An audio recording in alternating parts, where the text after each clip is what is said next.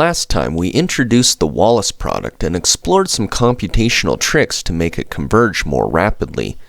As a reminder, I've repeated the representation here. Notice the pattern. Pairs of odd numbers are in the denominator, and with the exception of 2, there are pairs of even numbers in the numerator. These fractions are multiplied together, and the pattern continues forever. So where does this come from?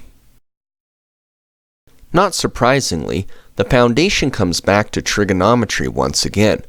The first line is the series expansion for sine x. We've seen this many times before. Notice it is an odd function because every power of x is odd. If I divide every term by x, I get the series in the second line. Every power of x is reduced by 1. This is an even function now. Remember that x to the 0 is 1. Graphically, this is what sine x looks like. Notice that the curve crosses the x-axis at integer values of pi, including 0. We call these the roots of the function. More on that shortly. Plotting sine x over x looks like this. It looks a little different than sine x. Particularly, the amplitude gets smaller the further we go from the middle.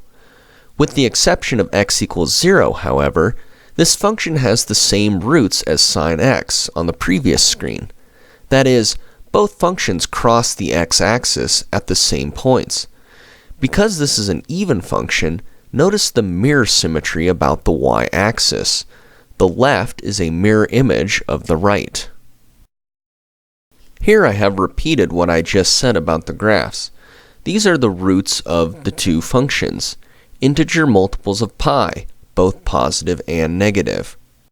In case you were wondering why sine x over x doesn't have a root at x equals 0, remember our limits from calculus class. The limit of sine theta over theta, as theta approaches 0, is equal to 1. That was seen on the graph.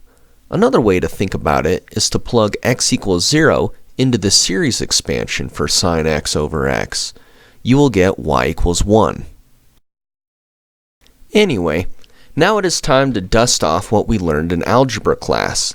Any polynomial can be expressed as a product of its roots minus the independent variable, r1 minus t times r2 minus t times r3 minus t, and so on. Even functions have mirror symmetry, so they have the same roots at negative r1, negative r2, negative r3, and so on. The product of r minus t and r plus t is equal to r squared minus t squared. This is seen in red, green, and blue. We can divide both sides by the constant a, which effectively gets rid of it since the right-hand side is equal to 0. In the fourth line, factor out each r squared. Then in the last line, we can divide both sides by each r squared, which effectively gets rid of them. So any even polynomial can be expressed in the form seen in the last line. We will employ this to derive the Wallis product.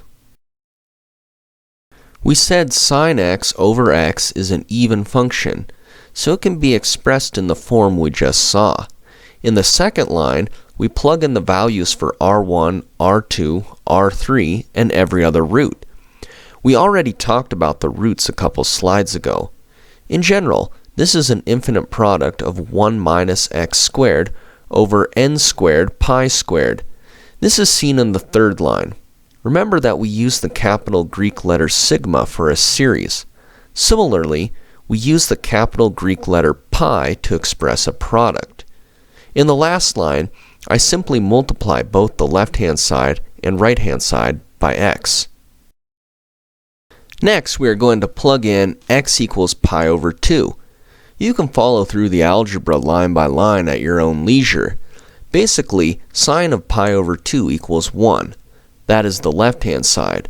In the third line, we see how pi squared in the numerator cancels with pi squared in the denominator. In the last line, I have simply rewritten the expression in parentheses using a common denominator.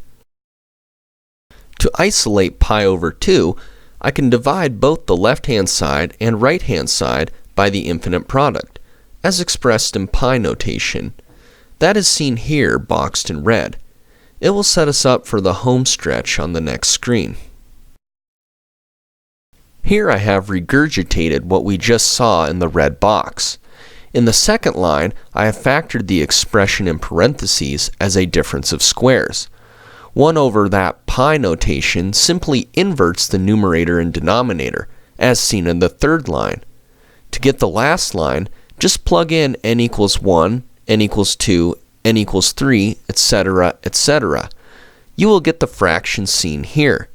To make it match the Wallis product on the first screen, just divide the left-hand side and right-hand side by 2. So that is where the Wallis product comes from. If you missed the previous lesson, go ahead and check it out. We see that, with the help of the geometric mean, this can be a fairly good method to find digits of pi. Let us know your thoughts in the comment section below. If you enjoyed this video, please like it and share with a friend. I appreciate your support and look forward to seeing you again.